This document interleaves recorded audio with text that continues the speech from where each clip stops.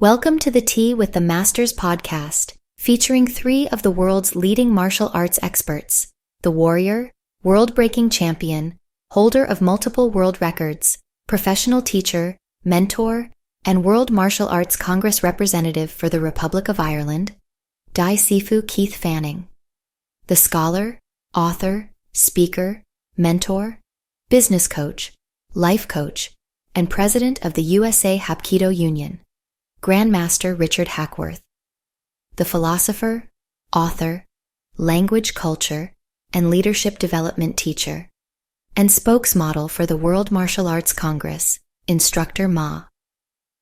This show is sponsored by World Martial Arts Media. Come the world's leader in martial arts education, information, and entertainment.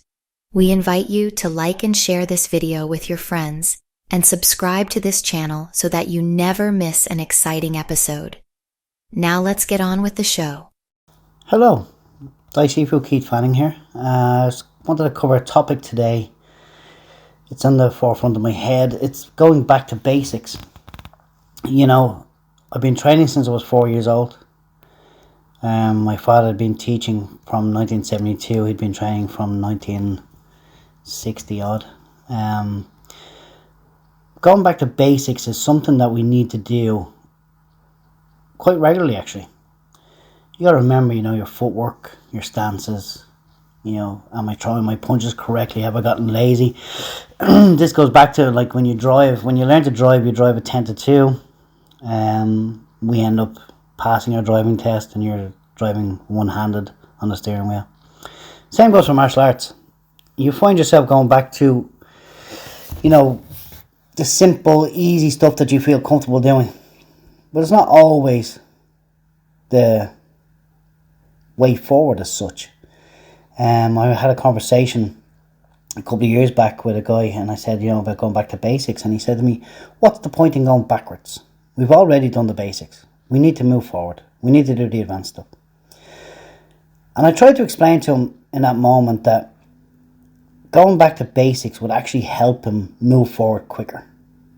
Because he might have learned a new technique, he might have learned a new movement, he might have learned a new kata or form. But if his footwork was incorrect, well then he would have to go back eventually to fix the footwork to make the form work, or make the technique work. The same applies with breaking. Quite recently I was working with one of my students and I was watching his conditioning. And I said, you know what, let's go back. Let's go back to the first step. The first day I taught you how to condition. Breathe. Every strike has a breath. So when you're doing 100 strikes, 300 strikes, 500 strikes, whatever it happens to be, every single breath has a strike. For the reason that it helps you push the power through the object you're hitting. But not only that, it also keeps each strike honest. So that's kind of where we went on that conversation and how I brought him back and showed him something completely new and advanced, but only after I was able to show him the basics again. So whatever your martial art, whether it's taekwondo, kempo, aikido, kung fu, whatever, even down to MMA, go back to basics. Throwing a jab is just as important as learning an armbar. Sometimes you get caught up, and I've listened to guys doing BJJ, and while I respect BJJ, I've only done a limited amount of it. But when you start going into some of the names and people are getting so caught up in, I learned this technique last night and it's called this and it's that armbar and it's done this way. That's great. You've learned the name, you've learned everything, but have you learned all the fundamentals and every single action and way to get into it? No. Will it ever work for you in a fight? Some will, some won't.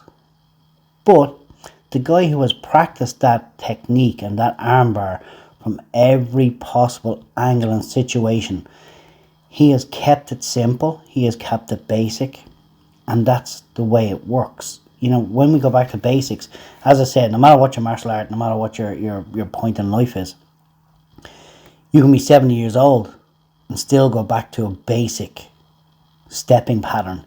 I go back to one of my past masters, Grandmaster Wally Dillon, who unfortunately passed away. But he brought me to a private studio, and we were doing some training. And he made me go back over some triangular stepping from the Wing Chun system. I thought, you know what, I've done this when I was about 10. I thought, why am I going back over this? Okay, maybe he's testing me. Maybe he's testing to see if I can still do it. It was only after we had done all the basic triangular stepping, he then showed me a variation of an application from that triangular stepping. I thought, okay, that makes sense now. But if he hadn't have shown me, I would have approached it slightly different, maybe in a V stepping as opposed to triangular stepping. Again, that they're only small things, but I find the more I go back to basics when I'm teaching, when I'm training, it's just simplifying and reigniting how to walk again, if you like. You know, even when I use kettlebells, going back to the basic kettlebell, two-handed swing, single-handed swing, making sure I'm doing the correct hip thrust, making sure I'm pivoting at the correct point, making sure my hands are in the correct area, making sure I'm not being lazy. They all help project me forward. So the purpose of my piece today is purely and simply that don't get caught up in all the advanced stuff. Yes, it's great to learn it, it's great to know it, but sometimes the basics are where we need to be. You know, as I've said before, in other times I've talked to people and in other podcasts, at the level I've reached now, I still consider myself just a black belt. The reason being is that I haven't mastered everything I want to master. I definitely haven't mastered the system. I haven't mastered the art. I'm a good step on the way though. But I still go back to basics. And it's proven time and time again that sometimes when you go back to basics, that's how fights are won. It's not in the big fancy, you know, armbar, headlocks, whatever. You know, it's not in some of the bigger, fancier stuff. It can be a simple jab or a simple hook that can finish a fight. It can be a simple front kick or a roundhouse that finishes a fight. It can be that one lucky beginner shot that finishes everything. I know I've had a busted lip from a beginner one night when we were sparring. I was going easy on him and he just threw out a jab. Simple jab. Busted my lip. Wasn't expecting it. Should have blocked it. Laughed about it and thought, yeah, you learned a lesson there. So, as I said, this whole piece was just about basics. Going back to basics. Check your foundations. Your footwork. Do you shadow box? Do you move? Do you bob and weave? Do you slip? Do you go back to your break falls? Do you go back to your basic throws? Do you go back to your basic takedowns? Your wrist locks? Finger locks? As I said, the list goes on and on and on. Hopefully this has made sense to some people. I know I've enjoyed it. Any questions, please feel free to get in touch. You will get me on social media. Sifu Keith Fanning. There's also sifufanning@gmail.com. My website is sifufanning.com. Please get in touch. I'd love to hear from everybody. Thank you for listening. Martial Arts Lifestyle 365, the world's leading martial arts resource. Hello, I am Richard Hackworth. I'm the president of the USA Hapkido Union. Over the years, I have earned the reputation of being a scholar of the history, culture, and traditions of the Korean martial arts. I hope that you will find my part of the show informative and educational. This part of the show is sponsored by www.usahapkidounion.org. So let's dive into today's topic.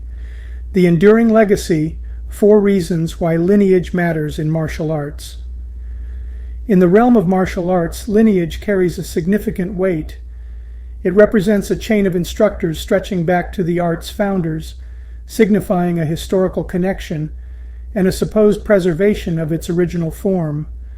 While some view lineage as an outdated concept, it holds considerable value in transmitting knowledge, fostering tradition, and ensuring the integrity of a martial art. 1. Preserving the essence, a bridge across time. Martial arts are often more than just physical techniques. They encompass philosophies, principles, and cultural nuances passed down through generations. Lineage acts as a bridge, ensuring these intangible aspects are transmitted faithfully. A well-established lineage implies that the techniques being taught haven't been significantly altered or diluted over time. Imagine a martial arts style likened to a complex recipe. Each generation of instructors adds their own interpretations and insights, potentially altering the flavor of the art. A clear lineage provides a traceable record, ensuring the core principles and techniques remain consistent with the founder's vision. This is particularly crucial in traditional styles where historical context and cultural significance are deeply intertwined with the practice. 2. The master's touch, learning from the best. A strong lineage often leads to instructors who have trained directly under renowned masters.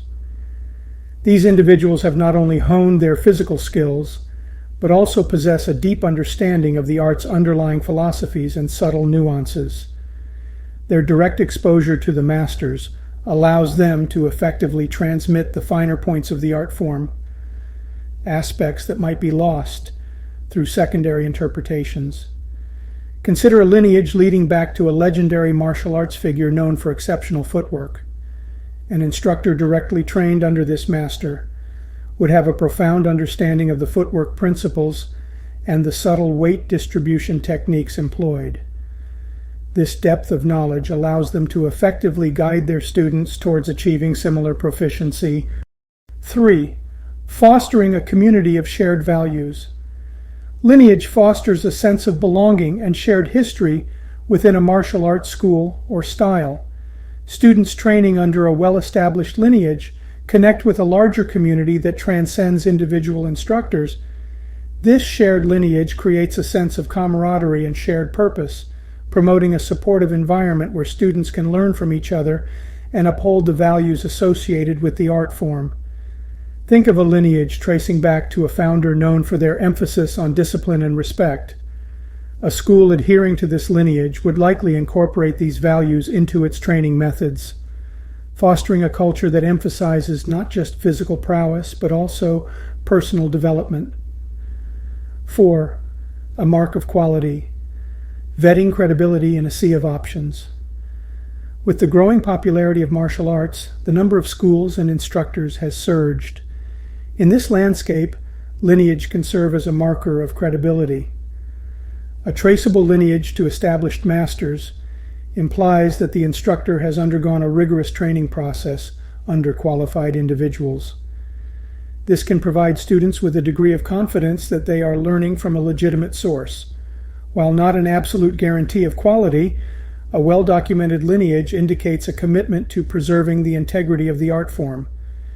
This is crucial in a world where some instructors might misrepresent their qualifications or even create their own variations of existing styles. Nuances and considerations. It's important to acknowledge that lineage alone shouldn't be the sole criterion for choosing a martial arts instructor. A skilled and dedicated instructor who may not have a direct lineage to a renowned master can still provide excellent training. Furthermore, a focus solely on historical lineage can lead to a rigid adherence to tradition, potentially hindering innovation and adaptation. Martial arts should also evolve to remain relevant and address the changing needs of practitioners. Lineage plays a vital role in safeguarding the essence of martial arts. It ensures the preservation of knowledge, fosters a sense of community, and serves as a marker of credibility. However, it should be viewed in conjunction with the instructor's individual skills, teaching methods, and the overall training environment. By recognizing the value of lineage while acknowledging the importance of a well-rounded approach, students can embark on a meaningful journey within the world of martial arts. Thank you for supporting today's show. I invite you to join the USA Hapkido Union today. Share your thoughts and experiences in the comments below. Remember, the journey to the heart of Hapkido begins with a single step. Get started today. World Martial Arts Media is your complete source for martial arts magazines, radio, TV, movies, and the fastest growing community in the martial arts world. Hello, I am Instructor Ma. I am the World Martial Arts Congress, Language, Culture, and Character Development teacher. This portion of the show is sponsored by World Martial Arts Congress.san. While you are here, be sure to subscribe to our channel. Hit the like button and share this video with a friend. It helps more than you know.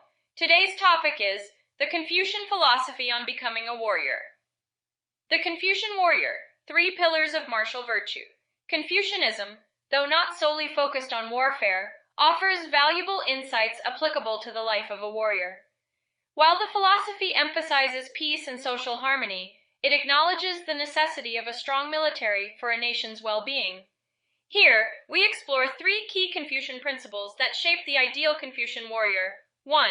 Li, propriety and ritual. Li, often translated as propriety or ritual, forms the bedrock of Confucian thought. It dictates proper conduct in all aspects of life, including warfare. This translates to discipline. A Confucian warrior adheres to a strict code of conduct, both on and off the battlefield. They prioritize self-control, maintaining composure even in the heat of battle. Respect for hierarchy.